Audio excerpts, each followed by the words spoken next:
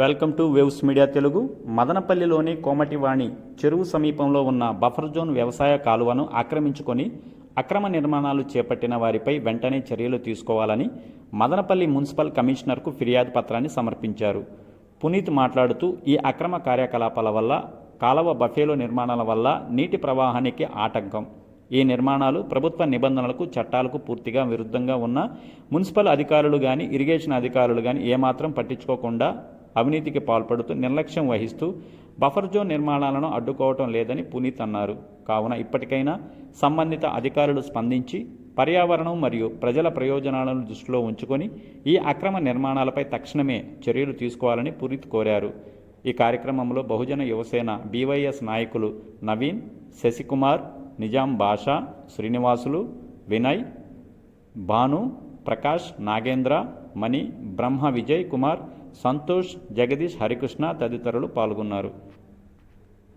Andhra Pradesh municipal act మరియు town planning నిబంధనలకు విరుద్ధంగా కోమటివాణి చెరువు మరియు దాని పక్కనున్న వ్యవసాయ కాలువ బఫర్ జోన్ను ఆక్రమించి నిర్మాణాలు చేపట్టిన వారిపై చర్యలు తీసుకోవాలని చెప్పి బహుజన్ యువసేన బీవైఎస్ ఆధ్వర్యంలో స్థానిక కమిషనర్ గారికి ఫిర్యాదు చేయడం జరిగింది. మొదటిగా బఫర్ జోన్ అంటే నీటి వనరులను ఆక్రమణల నుండి మరియు ఎన్విరాన్మెంటల్ పొల్యూషన్ నుండి రక్షించడానికి ఏర్పాటు చేసుకున్న ప్రధానమైన చట్టబద్ధమైన ప్రాంతమే బఫర్ జోన్. ఈ బఫర్ జోన్లో అంటే కాలువలు, చెరువులు చుట్టుపక్కల నిర్ణయించిన బఫర్ జోన్ కానీ, వ్యవసాయ కాలువలపైన కానీ ఎటువంటి నిర్మాణాలు చేపట్టినా కూడా అది చట్టరీత్యా నేరం. కానీ మనం మదనపల్లి కోమటివాణి చెరువులోకి మనం గమనిస్తే కేవలం మున్సిపల్ అధికారులు మరియు ఇరిగేషన్ అధికారుల నిర్లక్ష్యం వల్ల, వారి అవినీతి వల్ల బఫర్ జోన్నే కాకుండా ఏకంగా వ్యవసాయ కాలువలను కూడా పూర్తి చేసి అక్కడ నిర్మాణాలను చేపట్టడం జరిగింది.